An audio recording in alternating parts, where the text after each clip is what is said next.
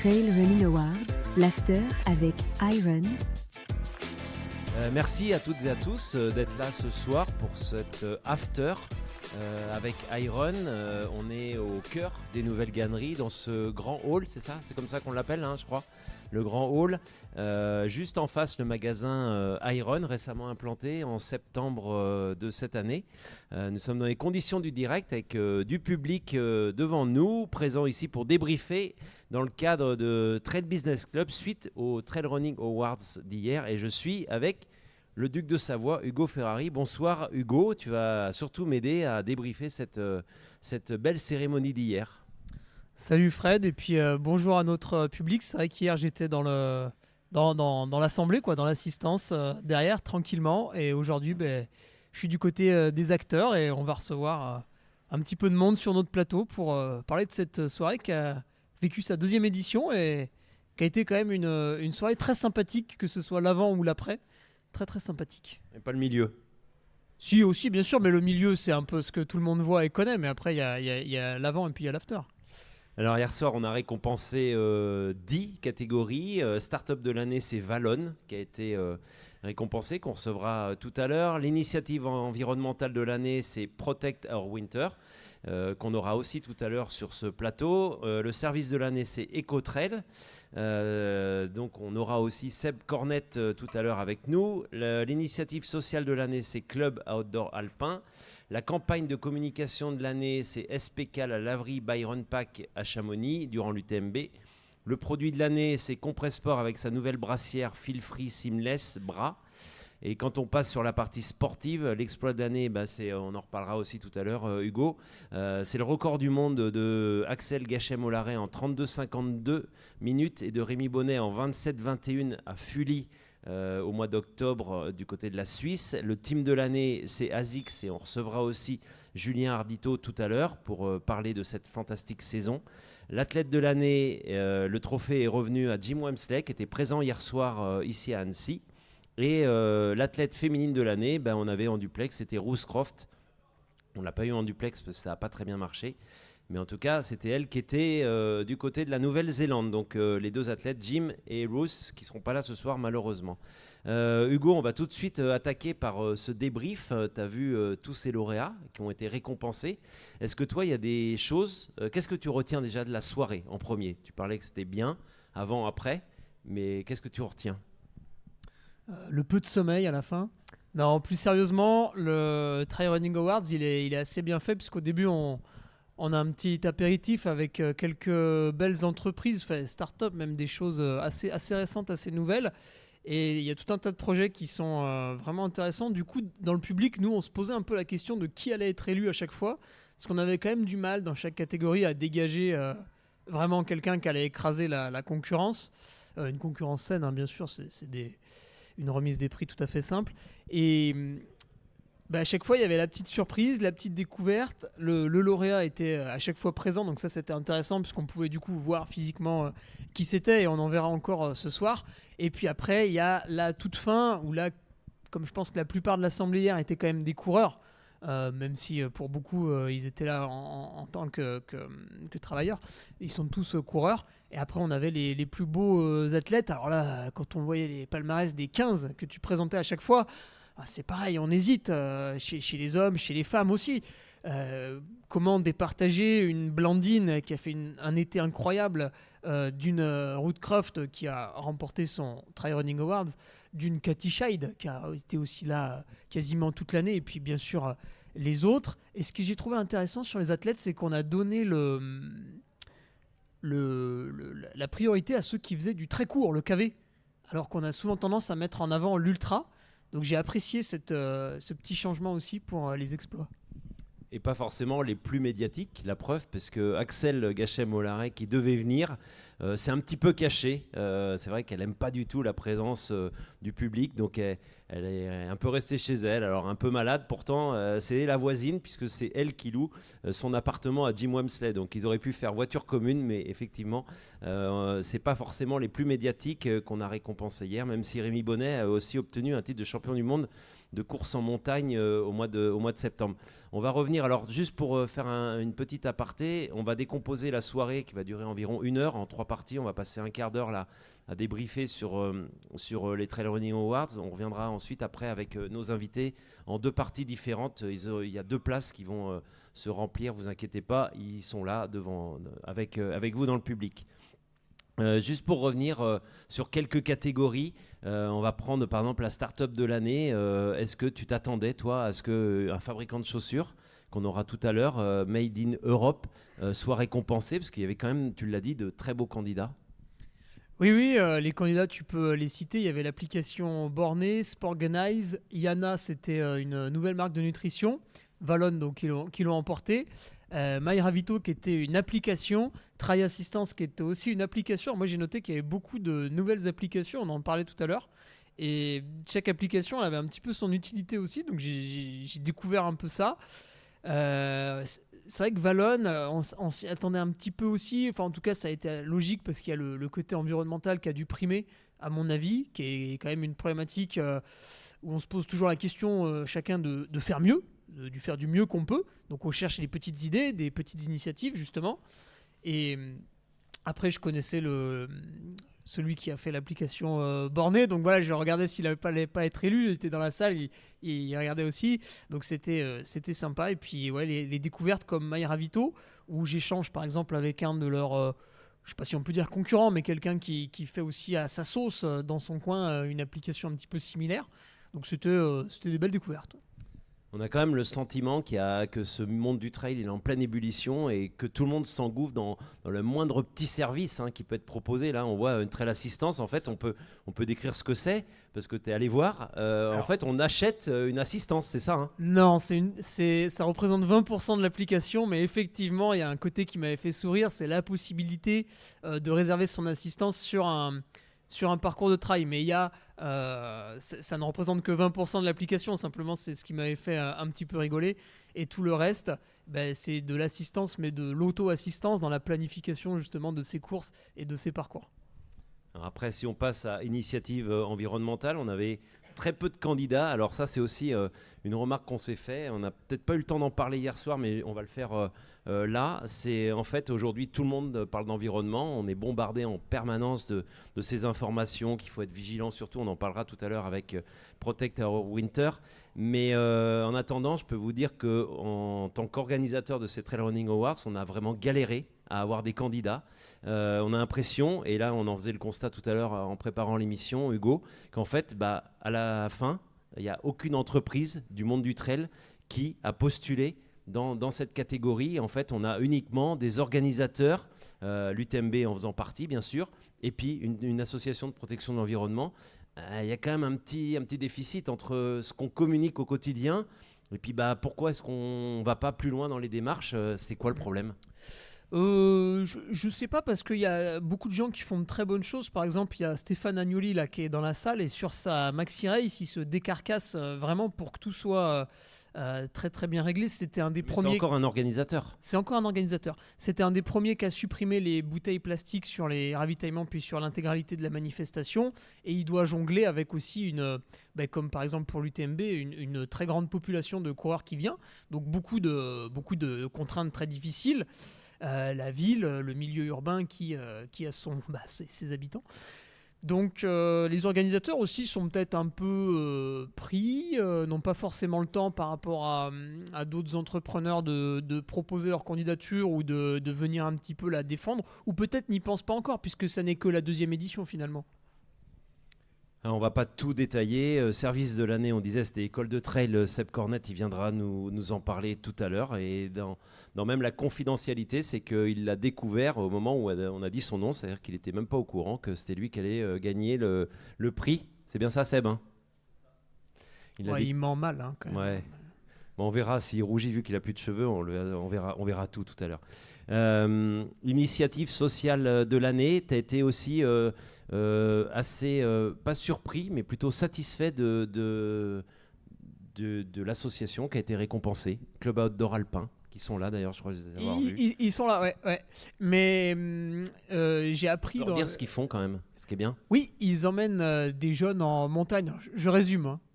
Mais voilà, on va chercher justement des gens qui n'ont pas accès à la beauté de ces paysages qu'on a ici autour d'Annecy, par exemple, parce qu'ils sont peut-être issus de quartiers défavorisés ou très loin, etc. Il y a tout un tas de causes de leur éloignement. Et justement, on vient les chercher, on les amène, et surtout, on les amène vraiment faire du sport. C'est pas une simple visite, puisqu'ils nous faisaient un petit état du palmarès. Alors, c'est dommage, j'aurais aimé qu'ils citent quelques noms pour faire du repérage de jeunes talents, parce qu'on parlait déjà de top 10, top 5 sur des YCC, les courses des jeunes, sur le marathon du Mont Blanc ou l'UTMB, mais j'imagine aussi sur d'autres épreuves.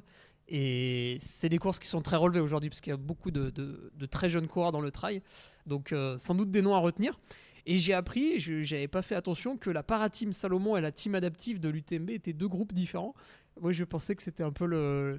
Bon, ils se connaissent tous aussi. Ça pour l'a les été un les moment, coureurs parce que- à handicap qui ont fait des belles choses, que ce soit sur la Maxi Race ou sur l'UTMB. D'ailleurs, il y avait les groupes à chaque fois.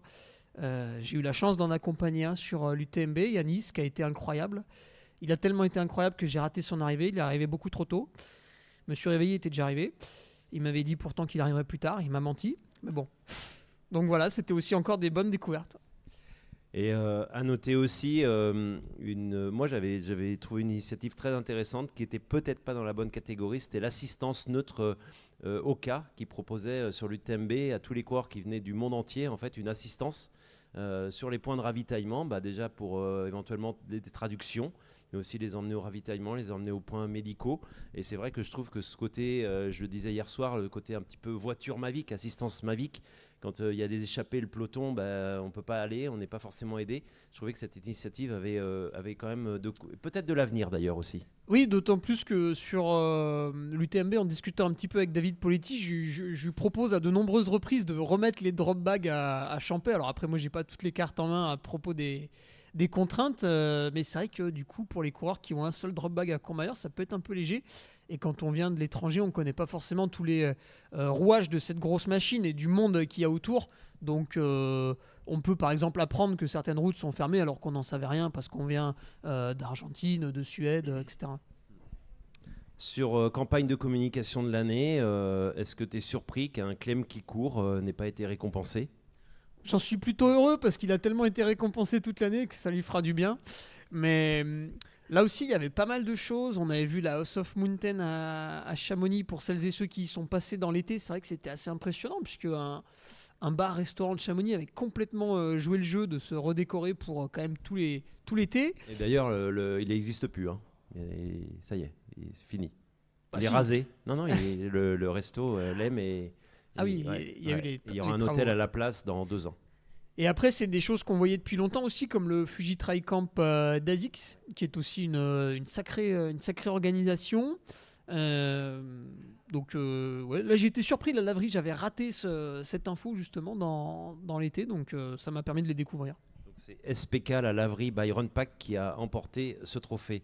On va juste finir sur la partie produit. Victoire de Compressport, presque une surprise quelque part. Mais quand le jury s'est prononcé, on a même vu, on le disait hier soir, Thibaut Barognan essayer la brassière. Visiblement, c'est vraiment le produit est une vraie évolution, on va pas dire une révolution, mais une vraie évolution pour les dames. C'est vrai que quand on lit la liste, il y avait beaucoup de très beaux produits, des produits tentants, des produits qu'on avait envie d'avoir, de découvrir. Et la brassière, je pense que c'est celle qui avait le côté le plus utile, alors que le reste avait beaucoup de concurrents.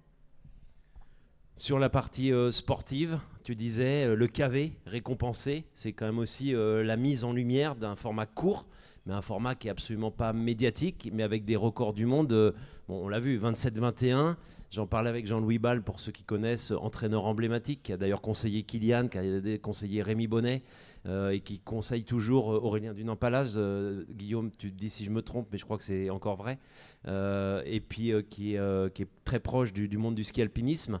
Il me disait qu'il a fait des calculs, parce qu'il aime beaucoup les datas, que le record de Rémi, remis à plat, vaudrait peut-être autour de 26-30 sur un 10 bornes à plat, ce qui est proche d'un record du monde quasiment. Enfin, c'est incroyable. Ouais, mais en même temps, ce qui est bien avec le KV, c'est qu'on a tous pu essayer une fois dans notre vie.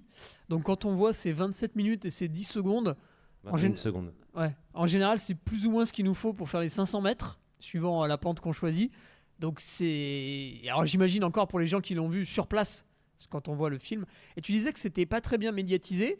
Je pense que là, il y a encore beaucoup de choses à faire parce que c'est quand même quelque chose qui doit être très facile à filmer avec des petits moyens, justement, sans déployer de très grands moyens. Je pense qu'on peut faire quelque chose de très très beau. Et c'est des athlètes qu'on peut mettre en valeur vraiment à propos de leur grosse cylindrée plutôt que leur grosse influence. Team ASICS, pas forcément, c'est pas du tout une surprise. Hein. Bon, c'est vrai qu'avec le Team Oka, on aurait pu un peu hésiter, mais finalement, quand on réfléchit, le Team Oka était beaucoup moins présent que d'autres années, très haut dans les classements. Alors qu'ASICS, on peut prendre plusieurs circuits de course. Bien sûr, on se souvient de la victoire de Tom Evans à l'UTMB, de la 4e place Anna Carlson. Anna Carlson, j'allais dire Campbell. À l'UTMB aussi. Mais ASICS est présent aussi sur les autres circuits, les skyrunning, sur les Golden Trail, sur Championnat du monde. les championnats du monde. Voilà, ça c'était pas un circuit, c'est pour ça que je me perdais. Mais ils ont été présents sur absolument toutes les courses de l'année. Importante. Une surprise, on est à Annecy dans le fief Salomon. Salomon, une année presque blanche. Très peu de coureurs cités dans les 15 finalistes. Courtenay qui passe un peu à côté de sa saison, François aussi, Thibaut Barognan qui était avec nous hier et qui faisait partie du jury qui revient en toute fin de saison, Rémi Bonnet qui sauve un petit peu l'équipe, mais finalement absent. C'est une surprise quand même, non ? C'est le team manager qui a trop couru, Vincent Viette, vainqueur de l'Ultra Tour du Beaufortin et 2h21 dernièrement au marathon de Valence. Ouais, dimanche. Il a pris tous les créneaux d'entraînement. Non, mais ça arrive. Salomon, ils sont resserrés sur un très petit nombre d'athlètes. Ils les accompagnent vraiment très bien. Et quand ça veut pas sourire et qu'ils sont tous plus ou moins blessés la même année, c'est vrai qu'on les voit pas. Par contre, l'an prochain, ils vont peut-être tous exploser. Camille Bruyal est quand même 2e de l'UTMB. C'était son retour à la compétition. Donc là, on peut que s'incliner plus face à la FKT, performance. puisqu'elle était nominée dans les exploits de l'année aussi. Elle était nominée sur le FKT, mais 2e derrière Woodcroft de l'UTMB pour un retour à la compétition dans l'année. C'est très impressionnant.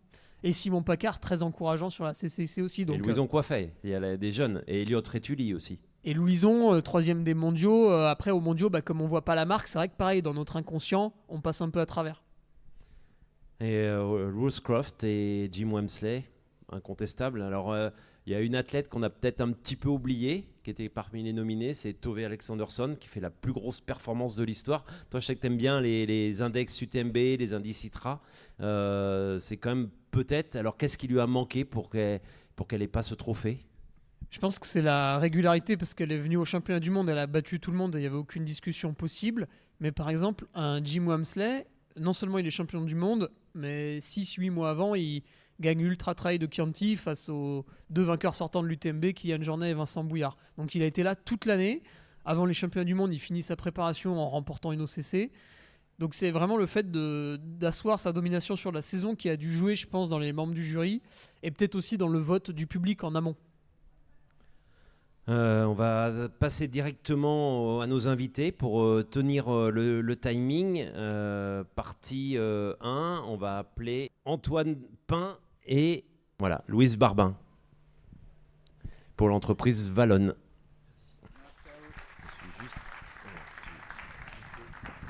Louise, elle arrive avec la paire de chaussures.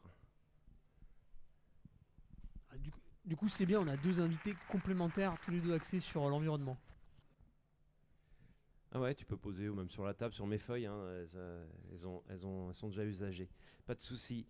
Bonsoir à vous deux, bonsoir Louise, bonsoir Antoine. Bonsoir. Alors, vous avez été primés tous les deux hier soir.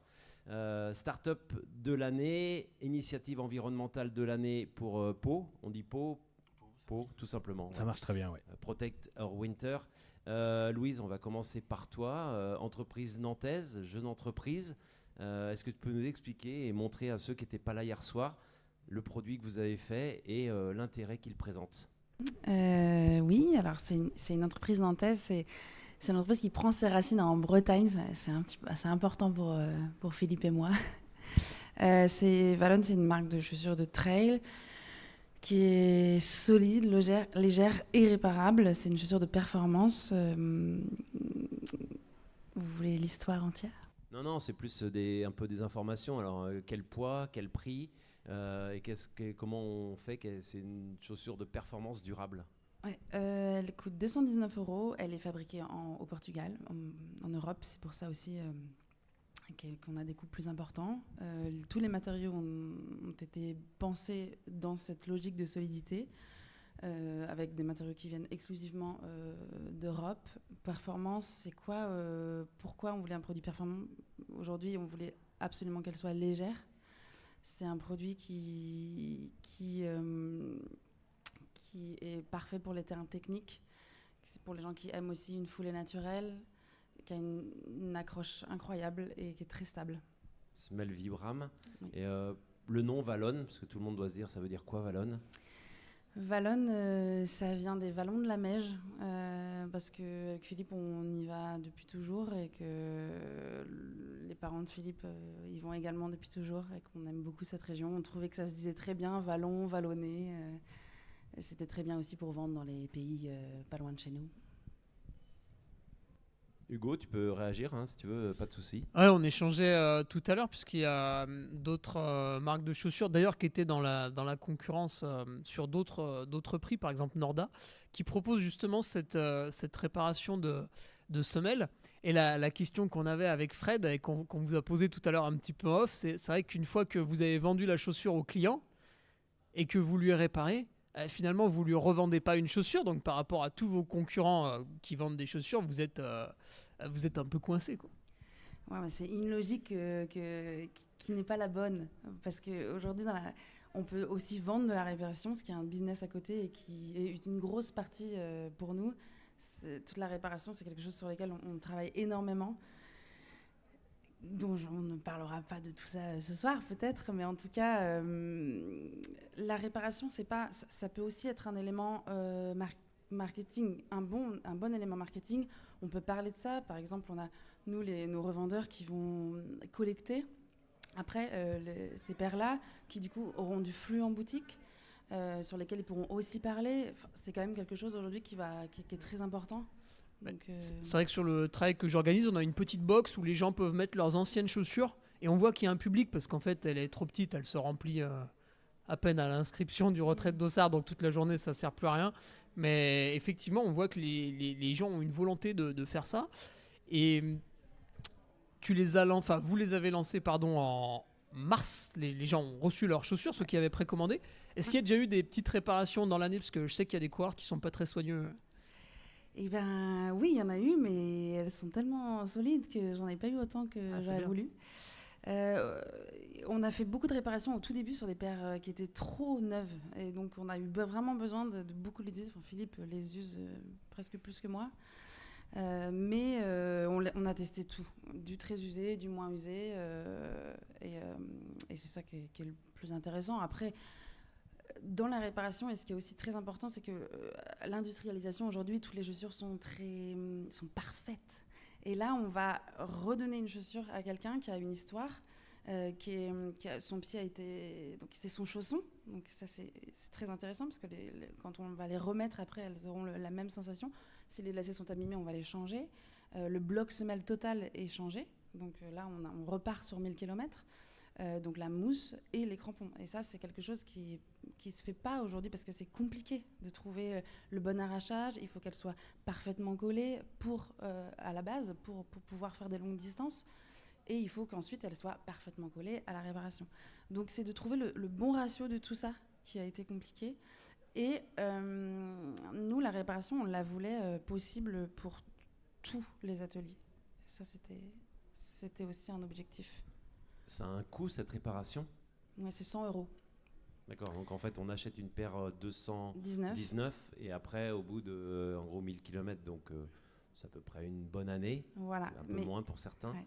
On remet 100 € et on repart avec un modèle... Oui, et vous pouvez aussi acheter sur notre site internet par exemple et après en boutique plus tard la réparation dès l'achat de la chaussure et vous payez la paire de chaussures moins cher. Après vous avez un code de répa.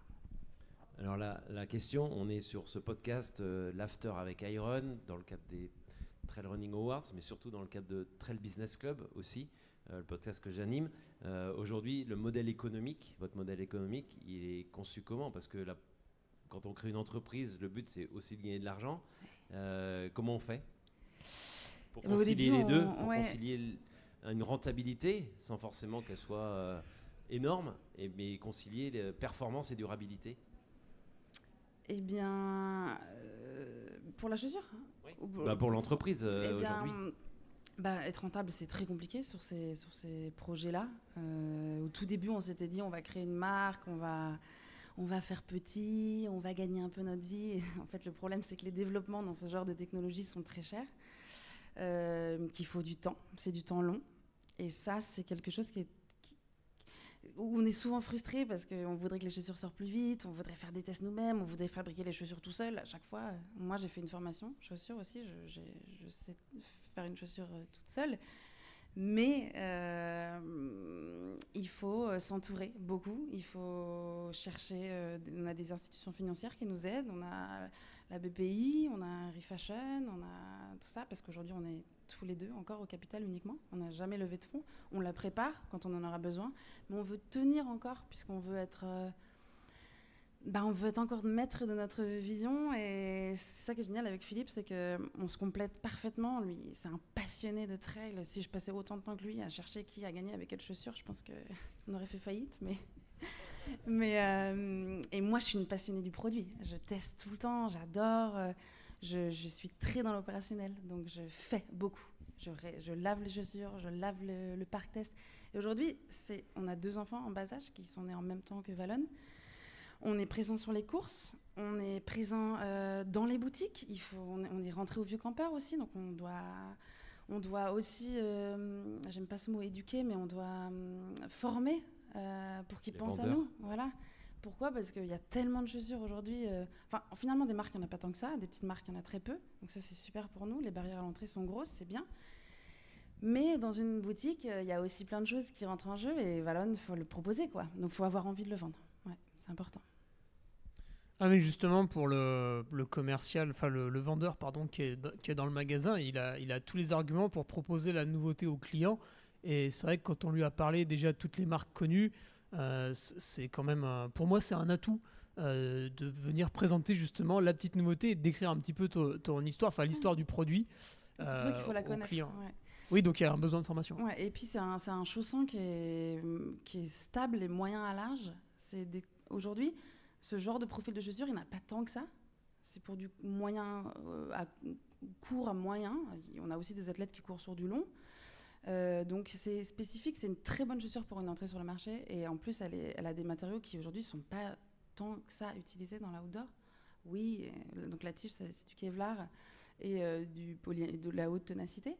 Mais donc, il y a des gens qui vont entrer dans la boutique pour avoir ce genre de produits qui sont sensibles aussi à la fabrication européenne, mais il faut le proposer.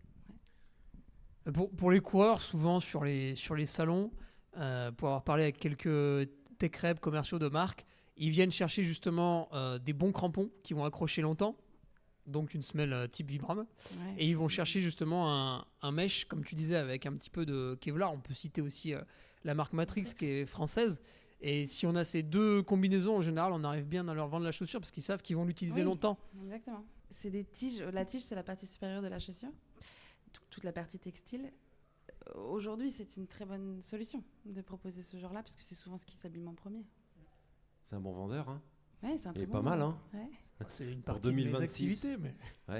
Ouais. Juste pour finir et assurer la transition avec Antoine, aujourd'hui, est-ce que l'argument environnemental, écologique, recyclage est très fort ? Vous le sentez vraiment qu'il est très fort et hyper important justement dans la vente du produit ?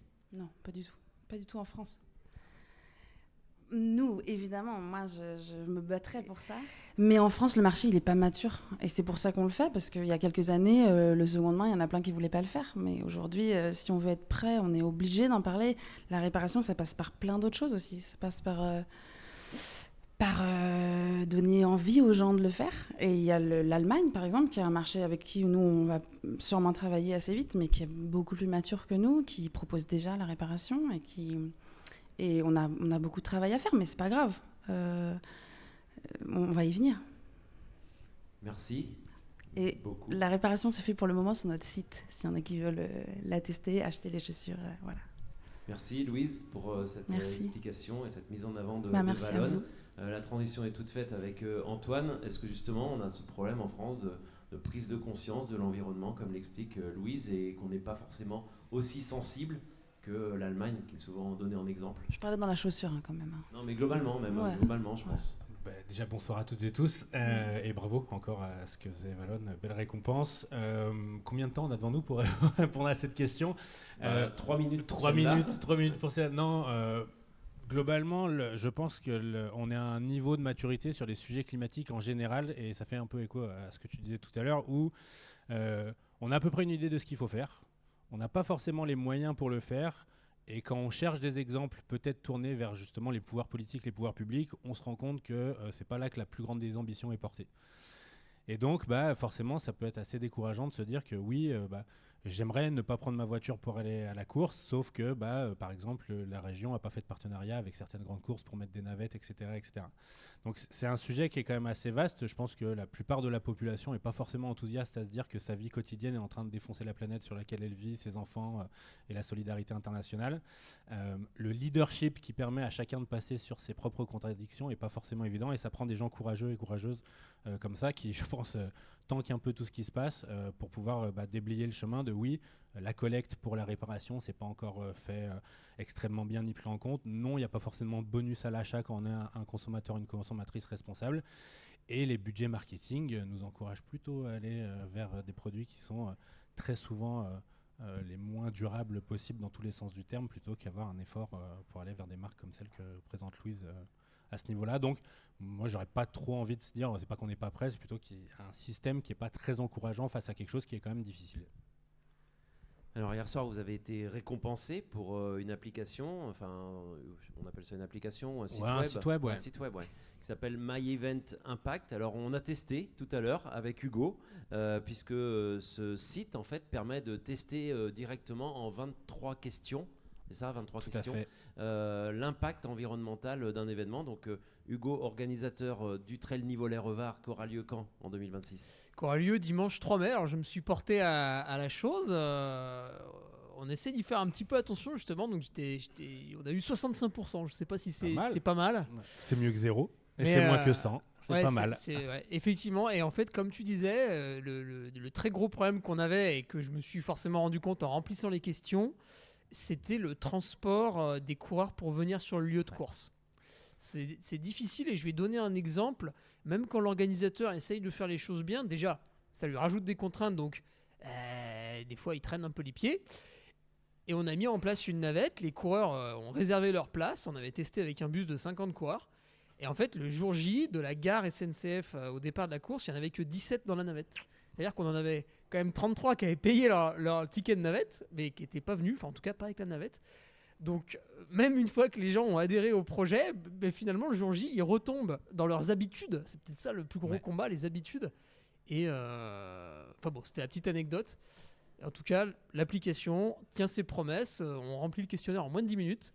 Et il est très simple, très facile. Effectivement, après, on peut aller un petit peu plus loin en envoyant au site nos demandes d'aide. Ouais, tout à fait.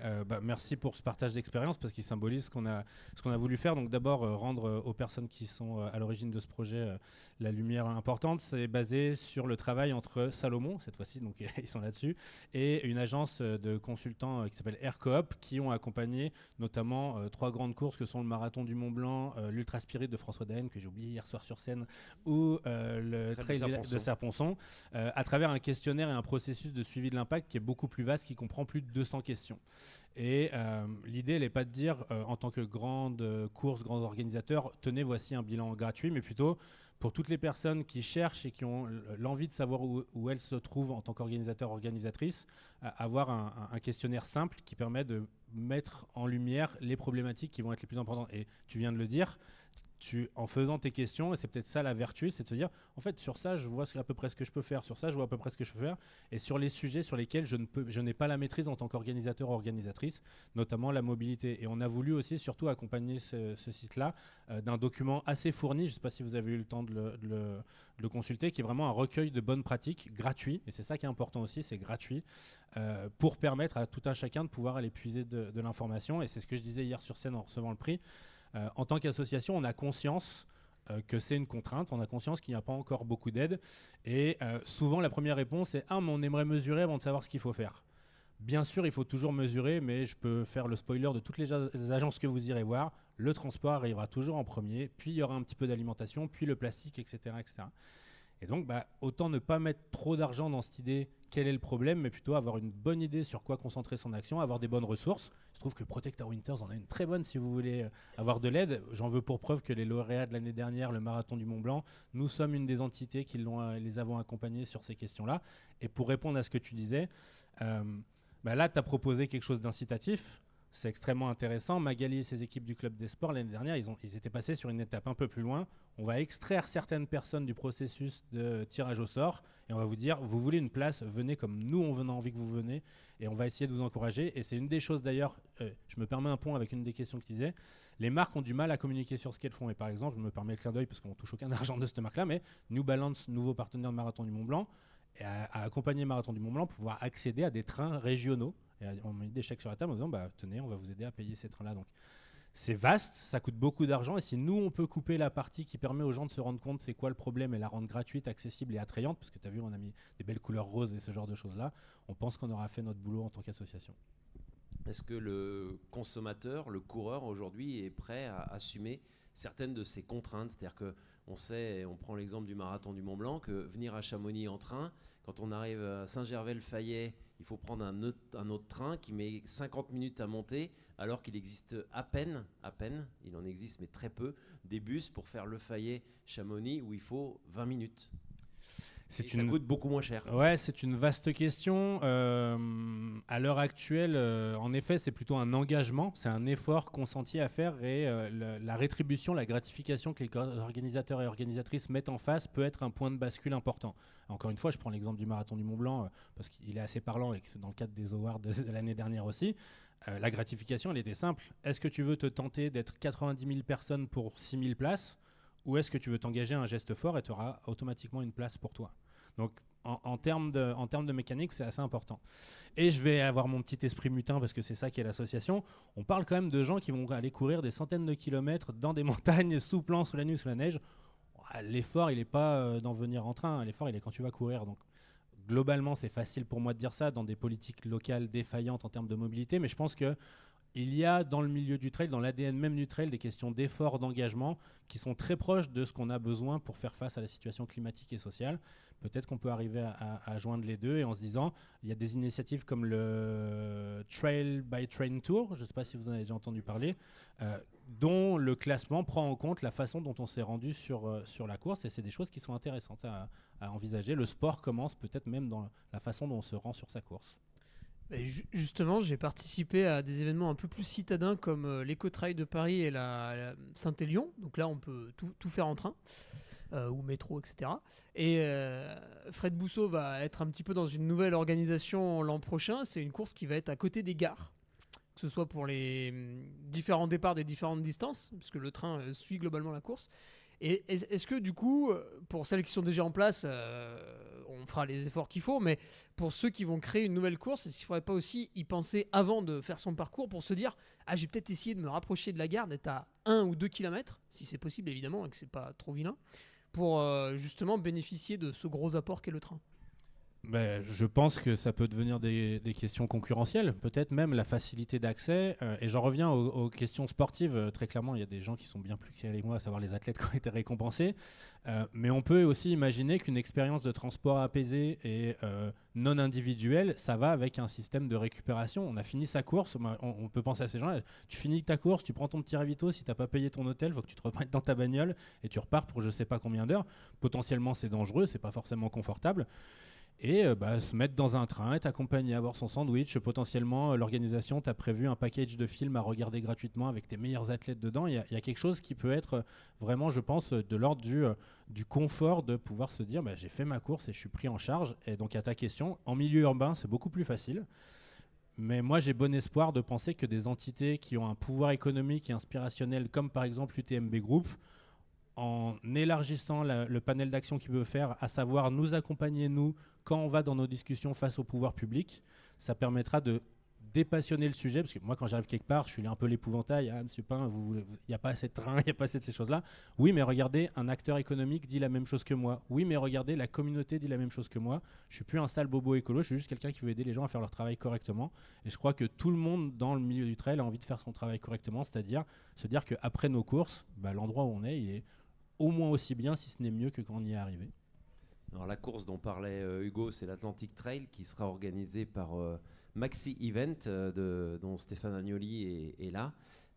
Donc ce sera au mois de février. Alors on est allé plus loin dans cette démarche, notamment Laurent Blondel, c'est qu'aujourd'hui tous les participants pourront prendre le train avec leur dossard.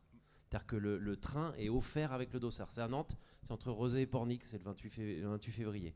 Donc c'est aussi une grosse initiative, mais c'est une initiative des pouvoirs publics, parce qu'aujourd'hui, il faut que ce soit un accord, la délégation de pouvoir et au niveau des régions. Il faut que ce soit un accord entre la région, les grands organisateurs d'événements et la SNCF. Ça fonctionne, mais je reviens justement à ce qu'on disait tout à l'heure, les situations où il n'y a pas de train, les situations, je pense aussi au club alpin outdoor. Est-ce qu'à un moment, on n'est pas confronté à une défaillance de l'État, finalement ? Merci de m'ouvrir le champ incroyable à toutes ces choses-là. Let's go, c'est pour ça que je disais 3 minutes. 3 minutes. 3 minutes, il y a des élections municipales en 2026, ça sera l'information à retenir, puisque l'interaction avec les municipalités peuvent être importantes, et les municipalités entre elles peuvent aller, vous avez vu, j'ai changé de mode tonalité pour parler, peuvent aller mobiliser les régions. Ayons la conscience des choses et peut-être des consciences d'échelle. Ce que fait le club alpin, moi typiquement, si on considère qu'une association comme la mienne, de temps en temps, va taper sur certaines entités, oui c'est vrai, vous nous avez peut-être vu déjà le faire. Un peu sur l'UTMB il y a un an. Par exemple, et puis la semaine dernière aussi, mais ça c'est dans nos réunions internes. Voilà. Puisqu'on JO travaille. aussi, non ? Oui, mais globalement, on essaie de mettre les gens face à leurs propres incohérences. Ceci dit, ma réponse est il y a un ordre d'échelle de grandeur. Ce que fait le club alpin, s'il peut permettre à des personnes qui sont en déficit d'accès à la nature, de confiance, de soutien, de reconnaissance dans la société qui est la nôtre, qui prennent des gros diesels, ça ira très bien.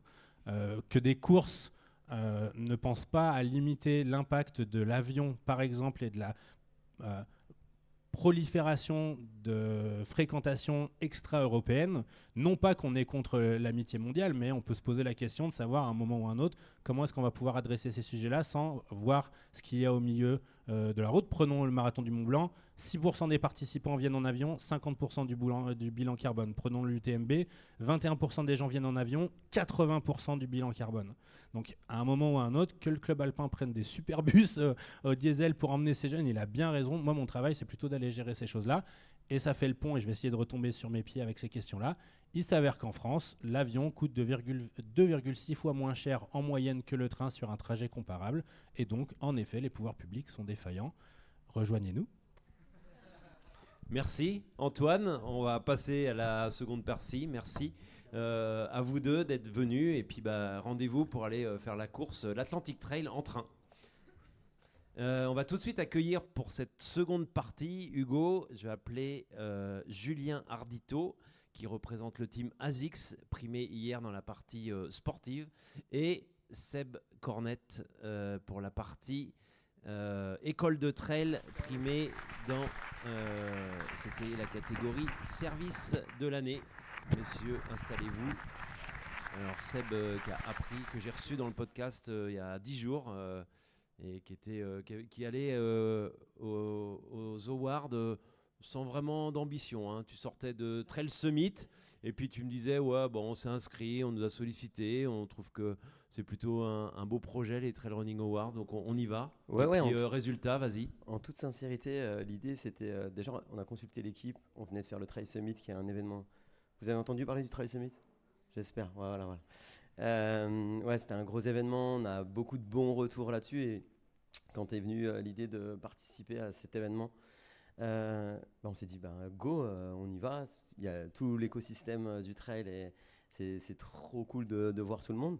Mais en toute sincérité, moi on en a discuté ensemble, j'avais déjà mes vainqueurs en tête, et quand en plus mes amis et mon athlète Valon décrochent, j'étais sous l'émotion parce que j'étais vraiment très heureux pour eux et je m'attendais vraiment pas à ça. Donc c'est en toute sincérité que non, je ne savais pas qu'on avait été élu, et je remercie encore le jury, parce que je crois que ça s'est décidé dans l'après-midi. Ouais, alors, J'ai eu les échos après. Bon, on peut être transparent, il n'y a pas de souci. Hein. C'est vrai que le jury procède en différentes étapes et notamment un moment vote à bulletin secret, sachant que je précise que ceux qui ont un intérêt ne votent évidemment pas dans cette catégorie. Et au niveau des votes, effectivement, vous n'étiez pas premier. Et en fait, le jury a délibéré après en session plénière. Et en fait, vous êtes ressorti premier de ces débats, en fait, dans un jury qui était très, très dense et très riche, puisqu'il y avait notamment Ludovic Derouin, Thibaut Barognan, la présidente de ISPO en Allemagne. Il y avait des gens de chez Protector Winter aussi. Donc Marine Noret aussi. Donc voilà. Aujourd'hui, c'est un prix qui va apporter encore un peu plus de visibilité à École de Trail. Hier, j'étais obligé de faire un petit discours à mes associés en repartant Il y en a de un là, l'Impérial. associé. Il y en a un qui est là-bas et que je pense peut-être vous connaissez. De temps en temps, il anime des petites courses. On l'appelle la voix du trail. Donc Ludo Collet qui fait partie des associés et qui m'a fait confiance. Donc du coup, je leur ai fait un petit vocal en leur disant on vient de finir, on finit une année de folie parce que le Trail Summit, je le répète, il était vraiment extraordinaire. On a eu d'excellents retours et on était sur notre nuage encore nous là-dessus. Parce que je reçois tous les jours encore des messages de gens qui n'y étaient pas et qui me disent félicitations pour ça. Donc effectivement, est-ce que ça va changer quelque chose pour nous ? Je ne le mesure pas en tout cas. Si j'ai quelque chose à retenir, c'est, et j'en discutais avec mes associés, c'est une certaine reconnaissance. On en a parlé lors du podcast qu'on a enregistré ensemble. Enfin, l'écosystème a regardé ce que faisait le petit nain chauve depuis quelques années. C'est lui. C'est moi. Je le vis très bien. Du coup, c'est un peu ça. Il n'y a aucune espèce de revanche ou quoi que ce soit, mais enfin l'écosystème me regarde et on regarde ce que fait École de Trail, parce que je suis la partie émergée, mais comme je l'ai dit hier, il y a tellement une grosse équipe derrière moi. Tu peux redire très vite, en 2 minutes, ce que fait École de Trail, précisément. École de Trail, avant tout, c'est une méthode d'entraînement qui est là pour dire venez, on s'entraîne autrement. Peut-être remettons en perspective, il n'y a pas qu'un seul chemin pour aller à la performance. Et dans ma bouche, la notion de performance, c'est vraiment sur son nom. En vieux français, performance, c'est accomplissement. Et depuis que moi je suis coach, c'est-à-dire à peu près 20 ans, en tant qu'ancien athlète de haut niveau, je voulais absolument pas m'occuper des athlètes de haut niveau, c'est trop chiant. Ça t'appelle quand ça a fait cacamou, ça t'appelle quand ça fait 1 seconde de trop à son 400 mètres. Ça, c'est vraiment. Je suis pas du tout comme ça. Tu devrais m'entraîner justement pour voir. C'est vraiment très. Le mec fait de la kettlebell et ça, je suis assez content. Non, bref, c'est un joke entre nous. Et l'idée, c'était de dire bien, on réfléchit. Moi, j'étais un athlète qui a changé beaucoup d'entraîneurs parce que je voulais comprendre. Je suis tombé amoureux du cycle de Krebs. Ouais, ceux qui savent ce que c'est doivent se dire c'est un malade ce type. Je suis amoureux du fonctionnement du corps humain et je me suis toujours posé beaucoup de questions. Bref, quand moi les gens venaient à moi, je voulais pas faire de groupe de niveau. Tu sais, dans tous les clubs d'athlètes, tu as des groupes de niveau et l'idée c'était de dire comment je vais avoir des outils pour pas avoir de groupe de niveau. Et puis j'ai commencé avec, je m'occupais des nuls moi dans mon club. Puis quand les nuls ont commencé à battre les meilleurs, ils se sont dit oh c'est peut-être pas mal ce truc. Et puis aujourd'hui, je coach des gens qui sont insuffisants respiratoires jusqu'à des athlètes élites. L'idée, c'était de dire École de Trail avec 3 outils, 3 piliers, le renforcement, le travail technique sert au 3e des piliers, le développement physiologique, qui est souvent l'alpha et l'oméga de toutes les méthodes d'entraînement. Là, on démontre qu'on peut coacher tout le monde, donc de Martine à un athlète élite ou une athlète élite, ensemble. Et aujourd'hui, on forme donc des coachs, on a formé plus de 900, quasiment 1000, là, on n'est pas à 1000, donc je ne peux pas annoncer le chiffre 1000. Et on a créé aussi un écosystème qui fait qu'une fois que les gens sont venus dans notre formation, qu'ils ont les compétences pour ça, ils postulent pour se labelliser. Et partout, aujourd'hui, on a plus d'une centaine de clubs labellisés en Europe francophone et en Amérique du Nord. Et ils suivent un peu sous les... Je me suis inspiré parce que moi, je suis quelqu'un de très ouvert. Hein. J'étais prof de Zumba. Normalement, ça fait sourire. Marche nordique, yoga, il y a soirée Zumba après là. Quand j'ai vu le podium, je me suis dit, c'est pour moi ça. Du coup, l'idée, c'était de dire... on peut s'occuper de tout le monde, et puis de mettre tout le monde à l'activité physique. Et je me suis inspiré du fitness. Je ne sais pas si certains connaissent Les Mills. Tu fais un body attack là à Annecy, tu prends l'avion, tu vas à New York. Alors tu prends pas l'avion parce qu'il ne faut pas prendre l'avion, pardon. Tu prends le rameur, tu vas à New York. Tu demandes à Stéphane Brognard de t'emmener. Ouais, c'est ça. Et en fait, tu es sur la même planification. Et en fait, tous nos clubs, là, toutes nos écoles de trail labellisées suivent la même programmation, pour justement aussi éduquer les gens à ne pas courir tout le temps du 1er janvier au 31 décembre. On leur dit vous allez être en forme 1 ou 2 fois dans la saison, mais venez, on le prépare correctement. Donc voilà, donc plein de formations aussi à destination des enfants, parce que depuis 22, on fait une formation graines de trailer, parce que pour nous, c'est le plus important. Et puis, parce que tu sais à quel point les jeunes, en tout cas, bonne formation des jeunes est aussi important, de par mon histoire avec quelqu'un qui nous regarde d'où il est. Et du coup, on fait aussi des formations à destination des préparateurs mentaux. Enfin voilà, on a un panel de formations qui est là et on continue à former les coachs. Pardon, Hugo. Non, vas-y, Hugo. Ouais, justement, tu disais que tu coachais pas des athlètes élites. Tu as quand même amené Diego Pazos à de grandes réussites. Je sais pas si tu l'entraînes encore actuellement. Je l'ai pas vu depuis longtemps. Mais non, juste je te coupe. En fait, quand je me suis lancé dans le coaching, je voulais surtout pas tu voulais pas de Diego Pazos? Non, c'est normal. Je voulais pas d'athlète élite parce que moi-même, l'ayant été, j'avais pas envie de ça. Et en fait, et après je te laisse, excuse-moi, aujourd'hui les athlètes élites que j'ai, c'est des gens qui se sont dit, ok, moi en fait, je veux que le sport soit la priorité des choses secondaires. Donc je veux avoir une vie de famille, je veux avoir un job, mais je veux continuer à être performant. C'est souvent ces athlètes-là qui viennent vers moi et c'est ok. Ce que je voulais dire avec Diego, c'est que lui avait très peu de temps, donc ta méthode d'entraînement qui n'est pas basée sur l'accumulation d'heures de course à pied pour performer, finalement on voit aussi aujourd'hui qu'elle est intéressante, qu'on peut s'y intéresser et qu'elle fonctionne, parce que la Saint-Élion s'est déroulée il y a quelques semaines, et à la Saint-Élion, cette année il a fait la Saint-Express, mais d'habitude on avait Thomas Cardin, avec une moyenne kilométrique sur l'année qui doit être à 80, pour quelqu'un qui est semi-professionnel c'est pas beaucoup. Mais par contre, ils rivalisent avec des gens qui font 150 ou 200 bornes. Donc, par semaine, tu parles. Voilà. Ouais. Donc, on peut se dire, c'est bizarre parce qu'il n'y a pas du tout la même méthode d'entraînement. Pourtant, ils sont en 5 minutes sur la ligne d'arrivée. Donc, c'est intéressant. Ça te donne raison. Et ma question, finalement, c'était quelles étaient un peu tes dernières initiatives, puisque École de Trail, ça a quand même un peu d'ancienneté. Alors, merci. Venant de toi, ça me fait d'autant plus plaisir. Mais effectivement, l'idée, c'est, comme je le disais, il n'y a pas qu'un seul chemin. Et pendant très longtemps, vraiment, et je sais que j'ai eu cette image de je voulais tout révolutionner et c'est pour ça aussi que je parle fort, mais je voulais te dire qu'il y a un autre chemin et effectivement on peut faire, il y a des gens pour qui ça fonctionne. On a quand même démontré, et parce qu'aujourd'hui la science fait partie de mon job, que à trop accumuler ça donnait plus des blessures, et la blessure est une erreur d'entraînement, c'est pas de chance. 90% des blessures sont une erreur d'entraînement. Et donc oui, aujourd'hui il y a de nouvelles initiatives, le Trail Summit en est un. Vraiment, on a voulu un congrès qu'on faisait nulle part. C'est pas de la prétention ou se gargariser, on voulait faire quelque chose qui ne se faisait pas, et donc dans les formations qu'on fait, pour répondre, c'est toujours avec un souci de dire, on regarde ce que nous dit la science, on regarde aussi ce que nous dit le terrain, parce que même si la science est importante aujourd'hui pour moi, je dis toujours, la science est toujours en retard par rapport au terrain. C'est d'abord nous, là, on est des artisans, les coachs, là, on est des artisans.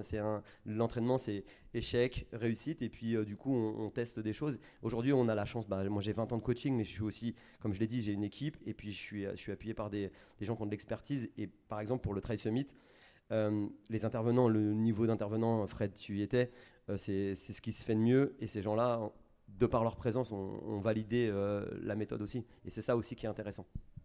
Et puis le Trail Summit, c'était des conférences à propos de l'entraînement, ça n'était pas des présentations comme on a fait ici. Ouais, non, pas uniquement.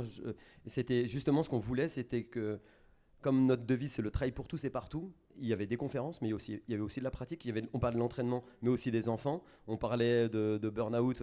D'ailleurs, on en parlait hier avec Adrien, un témoignage superbe d'Anne-Lise. On ne voulait pas que ça soit uniquement centré autour de l'entraînement. C'était plutôt performance et santé, puisque moi je défends que la performance et la santé ne doivent pas être opposées, bien au contraire. Si tu es en santé, tu seras performant, et l'inverse ne se vérifie pas. Dernière question, après si vous voulez écouter tout le podcast, on a fait exactement ces thématiques, ça dure 1h20, donc c'est complètement détaillé. Non, dernière question, parce que l'autre jour quand on a fait le podcast, tu l'avais pas. Toi, le banlieusard, tu m'as dit, qui s'est mis à courir pour fuir la banlieue. Ouais. Est-ce qu'aujourd'hui, quand tu as un trophée, une récompense comme ça, c'est encore une strate de plus qu'a franchi? Est-ce que c'est une espèce de fierté intérieure que tu as d'avoir réussi, toi qui te revendiques aussi comme autodidacte? Ah, c'est pas beau ce que tu fais là, parce que du coup j'ai une émotion qui monte, donc je m'excuse. Oui. Voilà, je peux pas dire plus. Merci Seb, vous pouvez l'applaudir pour lui enlever son émotion. Merci. Seb, excuse-moi, mais je sais que ça... Non, je vais la laisser redescendre. Mais oui, effectivement, quand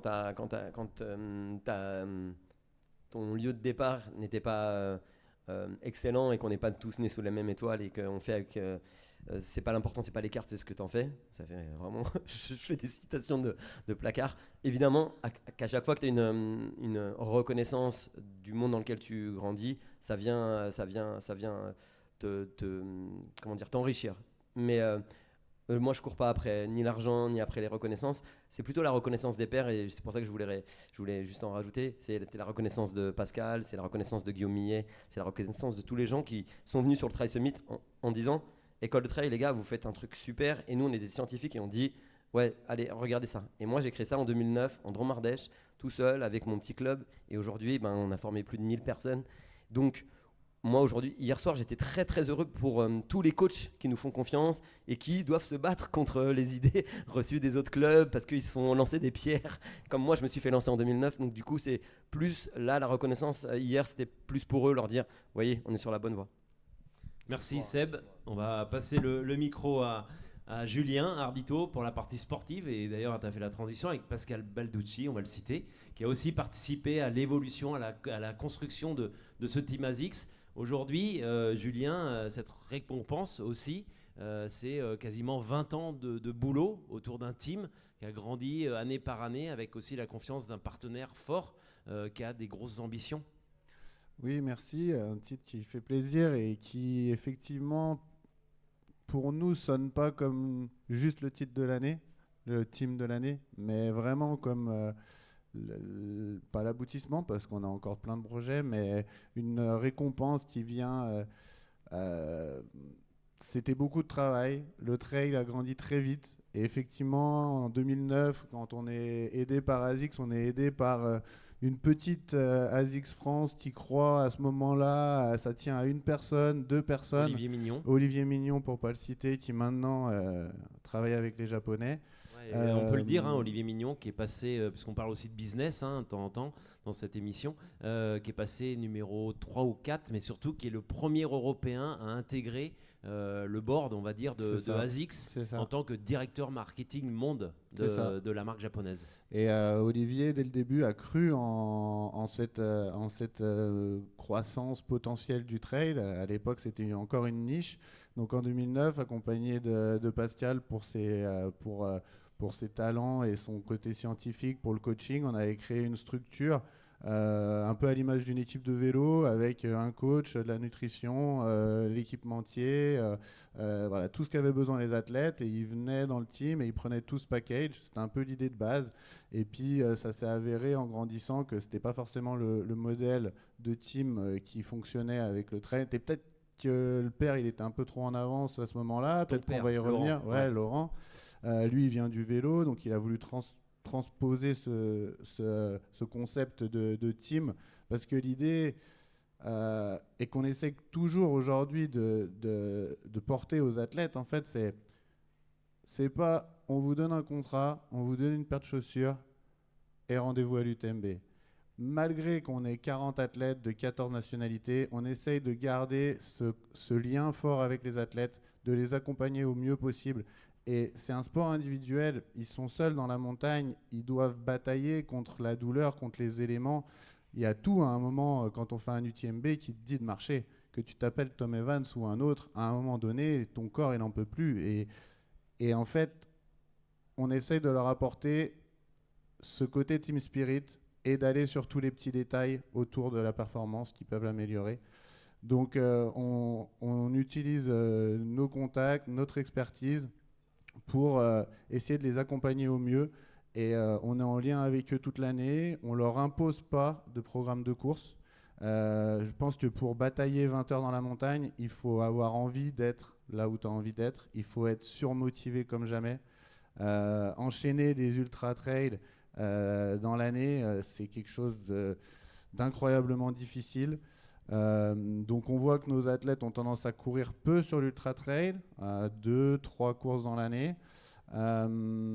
Sur les distances plus courtes, ils vont forcément courir un peu plus longtemps, même si l'intensité qu'ils mettent sur les marathons de montagne maintenant font que enchaîner par exemple un enchaînement Zegama Marathon du Mont Blanc. Il y a quelques années, ça se faisait beaucoup. Maintenant, les athlètes y réfléchissent à 2 fois parce que c'est des gros blocs d'entraînement, c'est du stress, c'est pousser au bout son corps sur 40 km en montagne avec du dénivelé, avec de plus en plus de densité. Ça veut dire que tu relâches un tout petit peu à un moment sur des courses comme ça, tu peux te faire passer par 10 coureurs. Donc voilà, on essaie de les accompagner au maximum.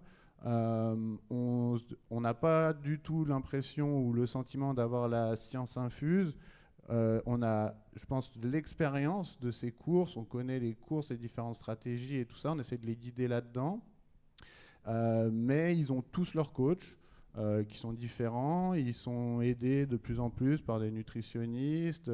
On a vu Joseph avec Enduro, Joseph Mestralet, qui a bossé avec Tom et du coup avec nous, où on a pu mixer. Moi, j'ai pris vraiment beaucoup de plaisir avec Joseph de mixer ce côté expérience tactique qui vient de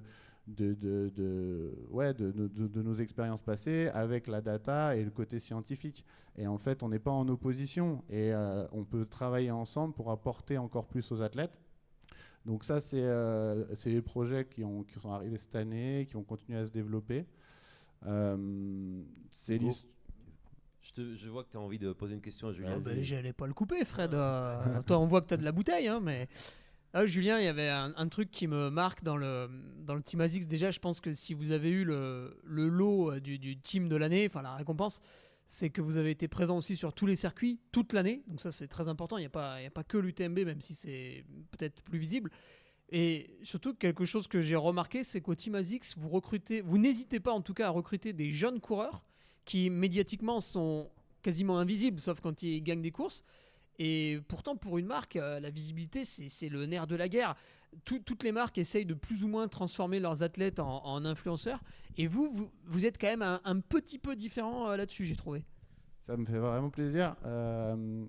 Nous, notre idée, c'est la performance. C'est facile, entre guillemets, de prendre Tom Evans. Il aurait pu ne pas la gagner cette année, malgré le palmarès et les capacités qu'il a. Mais par contre, pour prendre un exemple, il était là hier. Virgile Morizet, on se connaît depuis 1 an. Il passe devant moi à la Saint-Élion l'année dernière, à Chaponneau, à la bataille pour la 4e place avec Antoine Charvolin. Je vois son regard, sa foulée et tout. Je me dis, mais qui c'est ce mec? Des chaussures short dépareillées. Je vois qu'il n'est pas dans un team. Je me dis, qui c'est ce mec? Je regarde. Et en fait, Manu Messa, avec qui on bosse aussi depuis des années, il m'avait parlé d'un jeune qui s'entraînait autour de chez lui et tout. Je dis, mais attends, mais c'est ce gars-là. Donc Manu, il me parle de lui. Ça me met des frissons. Manu, il me parle de lui. Moi, je le vois courir. Je me dis, mais ouais, il faut y aller. Je l'appelle. On commence une relation. Et là, on est à 1 an de relation. 2e du 90 du Mont Blanc. Gagné le 100 km à Nice haut la main. 2e de la Saint-Élion, sa course de cœur. C'est un gars qui vient du vélo, 17e à Saint-Élion, puis 7, 4. Et qui est tout jeune surtout. Tout jeune. Et donc ouais, on essaye d'avoir. C'est pas un Real Madrid, j'ai envie de dire, c'est pas un Real Madrid. On essaye d'avoir. On a notre Trail Elite Factory qui a super bien marché, qui a été inventé en France en partenariat avec Iron, qui a été dupliqué à l'Espagne. Et on a des jeunes athlètes qui sortent de ce système-là. Et ensuite, c'est un peu de scouting, d'éplucher les résultats. C'est aussi le fait d'être sur les courses. Si les team managers et les mecs qui font le recrutement, ils ne sont pas sur les courses, tu ne peux pas te rendre compte de la qualité des gars. Et donc, on passe beaucoup de temps sur les courses. Ça fait partie de notre ADN d'être avec eux sur les courses, de les aider avant course à tous les petits détails qui peuvent leur rendre la vie plus confortable dans les derniers moments. On est avec eux, on organise les meilleurs ravitaux possibles. Là, en ce moment, ces dernières années, tout est beaucoup médiatisé. On voit les ravitaux express de l'UTMB, on dit « ouais, ils sont trop forts et tout ». Et moi, des fois, j'aimerais bien rappeler que 2013, 2015, 2018, Xavier Thévenard, 3 UTMB, on avait déjà ce ratio-là. Et c'est pas parce que c'est ma mère qui lui faisait les ravitaux, mais ils étaient efficaces déjà à l'époque, sauf qu'il n'y avait personne qui filmait. Et donc, voilà, essayer d'être sur ces détails avec les stars, amener les jeunes, les faire s'entraîner avec eux. Une autre anecdote, au stage l'année dernière à Minorque, en début de saison, qu'on va refaire encore cette année, Paul Cornu, il s'est inscrit, il sort du Trail Factory, il s'inscrit au Mute. Et il vient me voir, il me dit « Jules, le Mute, j'ai vu la liste de départ, Choumi, Germain Grangier, ça va être chaud et tout. » Je lui dis « Mais Paul, regarde qui est là. Il y a Ben Diman, le vainqueur du Mute de l'année d'avant. Va prendre un café avec lui, va t'entraîner avec lui, parler de ça, imprègne-toi de son expérience. » Le lendemain, je descends, je les vois sur la terrasse ensemble au café et tout. Je me suis dit, déjà, on n'a pas gagné la course, mais il va être bien aiguillé, le jeune. Et il l'a gagné, cette course. Il a gagné le Mute. Donc voilà, les jeunes, ils sont importants pour nous. Et je pense que les anciens dans le team ou les leaders comme Sarah, Antonio Martinez, Andreu Simon, Ben Diman et tout ça. Maud Matisse, bien sûr. Maud, elle est incroyable dans ce rôle-là. Maud est incroyable dans ce rôle de leader, de transmission et de prendre les jeunes sous son aile. Ils se sentent obligés sans qu'on leur demande, en fait. Les jeunes sont demandeurs, eux, ils montrent l'exemple. Et en fait, les années comme ça réussit. Tout le monde s'imprègne un peu de ça. Les copains ont gagné, ils ont les mêmes baskets que toi. Pourquoi pas toi ? Alors, je t'ai un peu coupé tout à l'heure, mais je sais que tu allais y venir. Justement, les projets 2026, c'est quoi aujourd'hui quand on gagne l'UTMB, qu'on fait même 1 et 2, qu'on fait 4, qu'on gagne un titre, on peut le dire, de vice-championne du monde avec Sarah Alonso, qu'on gagne Zegama, qu'on voit les jeunes, parce que tu dis Virgile, mais il y a Thibert de Bizet, il y a Romain Discher, il y a Julie Lelong chez les femmes, il y a Lily Beck, c'est ça ? Oui, Lily, donc... dernier Trail Factory avec Thibert, 2 jeunes avec des potentiels énormes. Lily un peu blessée cette année, Thibert a explosé. Alors Thibert, pour l'anecdote, il bat Tom Evans à la montée du Nidaigle. Ouais, alors Tom, il était en prépa, puis c'est un format qui correspond vachement plus à Thibert, mais c'est génial. C'est un beau symbole. C'est génial, c'est génial. On a montée du Nidaigle, Thibert gagne, Tom 2 sur le podium. Je veux dire, quand un petit jeune comme ça, je pense qu'il va s'en souvenir un moment, et on était très fiers de ça. Ouais. Donc 2026, recrutement 2026, recrutement en Europe assez léger, 40 athlètes. Si on veut continuer à s'en occuper comme ça, on ne peut pas en avoir 80. Donc on va avoir peu de recrues, mais des recrues de qualité et plutôt avec, on va garder notre ADN avec des gens à fort potentiel qu'on espère continuer à faire grandir avec nous et arriver au top niveau avec nous. On voit que ça bouge aux États-Unis, on voit que ça bouge en Asie. On va essayer d'être aussi présent petit à petit là-bas parce qu'on est très en retard. Autant en Europe, on commence à être bien présent, que ce soit au niveau de notre team et aussi au niveau du business, de la vente de chaussures. Parce que si on est là aujourd'hui à tous parler de tout ça, c'est parce que le centre de tout ça, c'est les consommateurs, c'est les gens qui courent, ceux qui achètent des chaussures, qui achètent des dossards. C'est grâce à eux qu'on est là et nous, on est une vitrine, les élites. Et donc on va continuer à essayer d'être le plus présent possible en Europe et commencer à voir un peu ce qui se passe ailleurs. Pour citer des objectifs, Tom a été pris à la loterie, Tom Evans à la loterie de la Hard Rock. Je l'ai eu au téléphone, donc voilà, les projets, essayer de préparer ça au mieux. Je pense que Ben Diman ne lâchera pas le morceau tant qu'il n'aura pas claqué la course de quartier de Chamonix. Sarah Alonso va vouloir aller défendre son titre à Zegama. On a un paquet de beaux projets. Voilà, on est en plein dans la préparation de 2026. Ça s'annonce super excitant. Benjamin Roubiol, l'homme des championnats, l'homme des grands championnats. C'est mon coup de cœur avec Benjamin Roubiol. Il m'invite à son anniversaire. J'ai dit, mais t'as 26 ans, j'en ai 40, je vais être le plus vieux. Qu'est-ce que je vais faire là ? Heureusement, il y avait un autre vieux avec un peu des cheveux blancs. J'ai dit, ça va, j'étais pas tout seul. J'étais pas de son père, heureusement. Non, Benj, il arrive et il nous dit, moi, l'année prochaine, je peux pas aller à l'UTMB. Je viens chez vous, ok, mais je peux pas aller à l'UTMB. Je veux défendre mon titre. Quand un gars il te dit ça, tu dis, mais bien sûr, et on va t'aider à faire ça. Donc, je vais au championnat de France. Il va au championnat de France, il gagne devant Louison, qui était super costaud. Qui est aussi comme Benj, le futur. C'est des jeunes. Je pense que ça a vachement évolué, qu'on a des tops athlètes en ce moment. Mais quand on voit ce que sont capables de faire sur les distances déjà longues, des athlètes comme Benj et comme Louison, je pense qu'on n'est pas prêt. On n'est pas prêt à la progression qu'ils sont capables d'amener cette nouvelle génération. Donc, Benjamin, superbe année avec nous et c'est un plaisir d'avoir des gens simples, humbles. Pouvoir bosser avec eux, c'est vraiment un plaisir. Et l'année prochaine, il a de beaux projets et je pense qu'il va revenir sur la semaine UTMB. On parle d'un athlète star, peut-être en plus chez ASICS, Info ou un Tox Un Tox. Honnêtement, en Europe, là, le projet, c'est plutôt des athlètes, comme je t'ai dit, avec un très fort potentiel et avec des marges de progression énormes. Et on a envie de participer à cette progression-là avec eux. Hugo, je te laisse conclure. On conclura par dire que ASICS, c'est une marque japonaise. Et la semaine dernière, quand j'étais sur le live Chiang Mai by UTMB, donc il y a des caméras sur place et nous, on est en régie, pas très loin d'ici d'ailleurs, pour commenter les images, du coup de nuit. Mais ASICS est très peu présent en Asie malgré l'ADN de la marque, parce qu'on voit pas mal de coureurs en Oka, en Salomon. On a même vu quelques plus petites marques. Il y avait des coureurs de Vibram, alors qu'hélas explose là-bas évidemment. Et même mon partenaire Altra avait quelques coureurs de là-bas. Mais tu m'arrêteras, il y en avait sans doute un ou deux, mais j'ai pas vu de favoris dans ASICS, voire très peu de participants. La seule participante, c'était Maud Matisse qui a gagné. J'ai commenté en plus son arrivée, c'est bête. Mais du coup, c'est une Européenne qui est allée courir à Chiang Mai. Mais c'est vrai qu'on est aux abonnés absents pour l'instant sur le marché américain et asiatique en termes de vente de chaussures et aussi en termes de présence d'athlètes.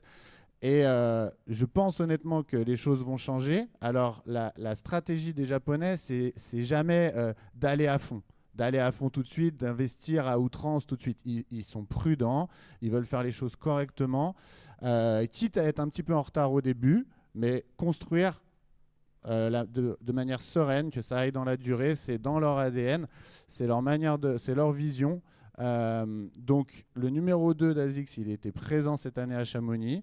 C'est déjà un gros signe. Il a vu ce que c'était le trail, l'UTMB, la mecque du trail. Et je pense que les choses vont bouger dans les années à venir avec, par exemple, l'Ultra Trail du Mont Fuji. Notre logo sur nos chaussures, c'est le Mont Fuji et c'est une course de North Face. Ça paraît un peu aberrant. Mais les choses vont bouger, ça va continuer à se développer. Et tout ça, le team, c'est ce qui nous touche nous, mais le développement du trail sous toutes ses coutures, avec tous ces nombres de participants, tous ces gens qui courent au quotidien, qui s'y mettent. L'idée de base d'ASICS, c'était après la guerre, c'était donc Monsieur Onitsuka qui a dit on vient de connaître une période quand même très difficile et moi ce que je vous propose, c'est des baskets et du sport pour vous remettre bien dans votre tête, bien dans votre corps, anima sana, incorpore sano, et je pense que ça va continuer, et c'est une des valeurs du trail. Si on y ajoute avec ça le maximum qu'on peut pour l'écologie et prendre soin de soi, je pense qu'on est dans la bonne direction. Merci, et en tout cas, on va suivre ça avec attention pour 2026, l'évolution du team.